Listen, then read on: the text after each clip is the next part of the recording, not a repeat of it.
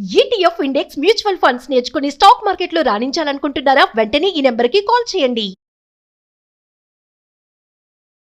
నమస్తే, welcome back to Suman TV. Present మనతో పాటు ఉన్నారు తోడు నీడ ఆర్గనైజేషన్ ఫౌండర్ రాజేశ్వరి మేడం. నమస్తే మ్యామ్. నమస్తే నవీన. మేడం, మీరు శుభలగ్నం సినిమా చూసే ఉంటారు. చూశాను.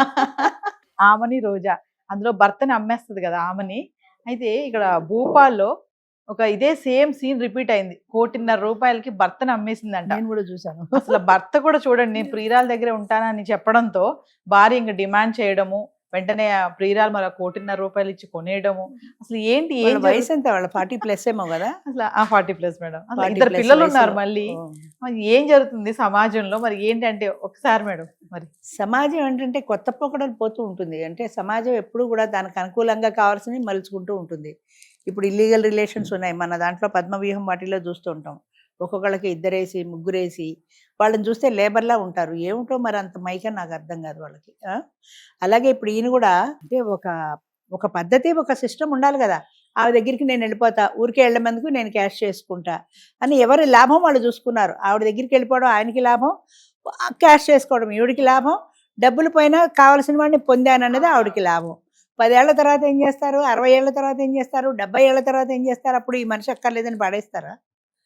అది అంటే భార్యాభర్తల మధ్య ఉండేటువంటి ఒక ఎమోషనల్ రిలేషన్ని భ్రష్టు పట్టించి ఇలాగా మార్కెట్. ఇంకొకటి, భర్తను అమ్మేయడానికి వాడు ఏమైనా ఆవా, దూడ, మంచమా, కుర్చీయా, ఫర్నిచరా? అసలు ఈ అమ్మాలనే ఆలోచన ఎలా వచ్చింది? అంటే నీకు డబ్బే ముఖ్యమా భర్త కంటే? ₹1,00,00,000 ఉంటే ఏదో మొగుడు లేకపోతే అనుకుందా? మరి అసలు మరి లవరే కావాలని అంటున్నాడు కదా మేడం. ఆ మాత్రం ఏం చేస్తుంది మరి?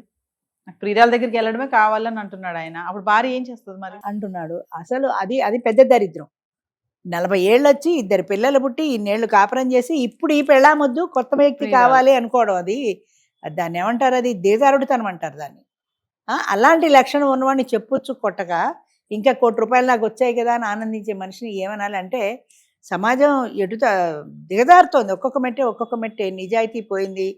మన మహాభారతంలో చూస్తాం చూడు, భీష్ముడు ఉన్నాడంటే ఆయన ఇచ్చిన మాట కోసమని జీవితాంతం అలాగే నిలబడ్డాడు. పాండవులకి కౌరవులకి మధ్య ఆ కలహాలతో ఆ హస్తినాపురాన్ని రక్షించడమే ప్రధాన ధ్యేయంగా ఆయన జీవితం మొత్తం త్యాగం చేశాడు. అలాంటి క్యారెక్టర్స్ మనం ఎందుకు చదువుకుంటామంటే అలా ఉండాలి, అంత నిష్టగా నియమంగా ఉండాలి అనే ఉద్దేశంతో.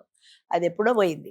నాకేంటి లాభం, నాకు ₹1,00,00,000 వచ్చాయి, ఈవిడికి లాభం, వాడు కోరుకున్న ఆవిడ దగ్గర కడుతున్నాడు, ఆయనకి లాభం, కోటి పోయినా నేను వాడిని పొందాను కదా అన్నది ఆవిడకి లాభం. అంటే ఎవరి లాభాలు వాళ్ళు చూసుకున్నారు, కానీ ఒక సమాజం, ఒక కట్టుబాటు లేదు. ఇంకోటి ఏంటంటే భర్త అనేవాడు ఒక వస్తువు కాదు. ద్రౌపది వస్త్రాభరణంలో కూడా అదే అంటారు వాళ్ళు. ద్రౌపది భార్య కానీ ఆమె ఒక వస్తువు కాదు, ఇష్టం వచ్చినట్టు జూదంలో ఓడి గెలవడానికి. అలాగే ఆవిడ ఫర్నిచర్ కాదు, ఆవు దూడ అంతకంటే కాదు. ఆవిడని తీసుకెళ్ళి అమ్మేయడం ఏంటి? అసలు వాడు వెళ్ళడం ఏంటి అమ్మేస్తానంటే? పోలే ₹1,00,00,000 పెళ్ళడానికి లాభం వస్తుందని ఆలోచించాడు అక్కడ. అదే కొంతమంది కామెంట్స్ పెడుతున్నారు మేడం. ఏమని తెలుసా? సరే, ఈమె ఏదేమైనా ఒక వంతు మంచి పని చేసింది.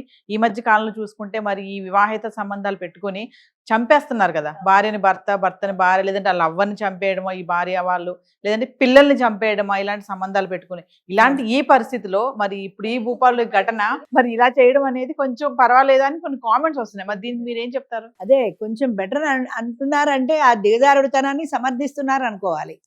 ఇది బతకనిచ్చింది కదా, అదే చాలా బెటరు అని అనుకుంటే అసలు బతకనివ్వడానికి ఆవిడెవరు, చంపడానికి ఆవిడెవరు? చేసేది తప్పే అయి ఉండొచ్చు, కానీ ఇది కూడా తప్పే కదా. నీకు ఇష్టం లేకపోతే విడాకులు తీసుకుని వెళ్ళిపో. ఆమె దగ్గర ₹1,00,00,000 తీసుకోవడం ఏంటి? అంటే నాకు లాభం వస్తుంది అనే దృష్టి తప్ప నీతి, న్యాయం, నిజాయితీ ఇవేమీ లేవు.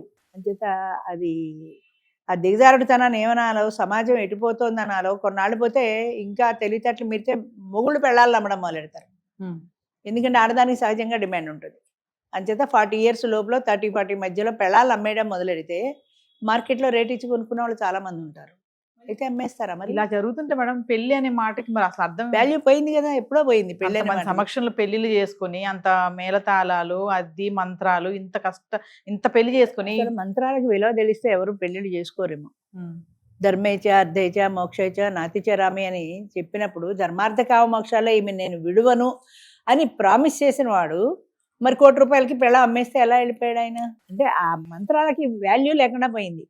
ఏదో ముక్కు మూసుకుని వాళ్ళు చదవమంటే వీళ్ళు చదువుతున్నారు అంతే తప్ప ఆ మంత్రానికి ఒక నిబద్ధత ఉన్నది, ఒక వాల్యూ ఉంది. అనే వాల్యూల కోసం ఎవరు ఏడుస్తున్నారు ఈ రోజుల్లో? వాల్యూలు ఎవరికి లేవు. అప్పట్లో శుభలగ్నం సినిమా వచ్చింది, చాలా మంది అనుకున్నారు అబ్బా ఇదేంటి ఇట్లా అమ్మేసింది, ఎంత మూర్ఖురాలు, అది ఇది అని ఆమెని యాక్టర్ ని మనం తిట్టుకున్నాం కూడా.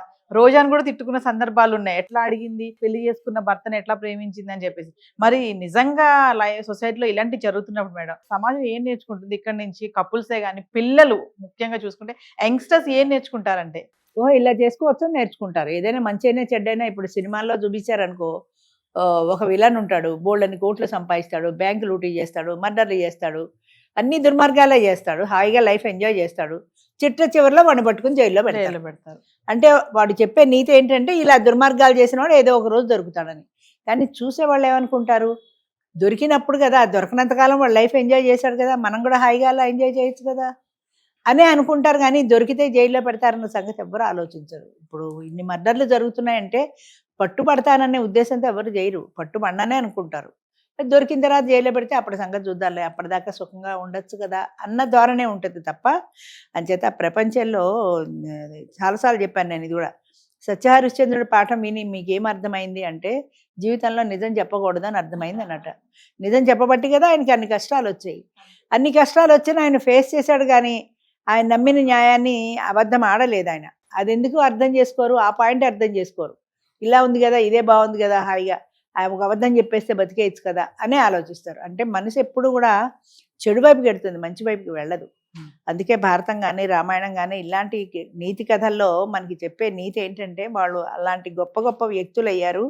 ఇన్ని యుగాలు మారినా వాళ్ళ గురించి మనం తలుచుకుంటున్నాం అంటే వాళ్ళలో ఉన్న నిజాయితీ, నిబద్ధత, క్రమశిక్షణ ఇవి ఉన్నాయి అని. అవన్నీ ఎవరికి కావాలి? ఇవాళ నా లైఫ్ బాగుందా లేదా అన్నది కావాలి. మేడం ఫైనల్లీ ఏదేమైనా అమ్మడం అనేది తప్పు. ఒకవేళ నీకు వద్దు అనుకుంటే విడాకులు తీసేసుకోవచ్చు కదా, అంతే అంటారు. అయితే విడాకులు ఊరికే తీసుకోవడం ఎందుకు? ₹1 డిమాండ్ చేస్తే ఆవిడ ఇచ్చేలా ఉన్నప్పుడు నాకు డబ్బులైనా వస్తాయి కదా, ఊరికే వదిలేయడం ఎందుకు అని ఆవిడ ప్లాన్ చేసింది. ఏదైనా అమ్మ ఒక నిబద్ధత, చట్టబద్ధత అనేది ఉండాలి. ₹1 అమ్మేయడానికి వాడు వస్తువు కాదు, పశువు అంతకంటే కాదు, మనిషి. ఆ మొగుడికైనా జ్ఞానం ఉండాలి కదా. నువ్వు విడాకులు ఇస్తే ఇష్టం లేక విడాకులు తీసుకో, డబ్బులు ఎందుకు తీసుకుంటావు అని అడిగే స్థితిలో అయినా లేడు. అంచేత భార్య అదే అవకాశంగా తీసుకుంది. అంచేత తప్పేనమ్మా, ఏం చేసినా తప్పు అనేది ఎప్పటికీ తప్పే. తప్పు రైట్ కాదు కదా. అందుకని మనుషులు దిగజారుతున్నారనడానికి ఇది ఒక నిదర్శనం. మంచిది.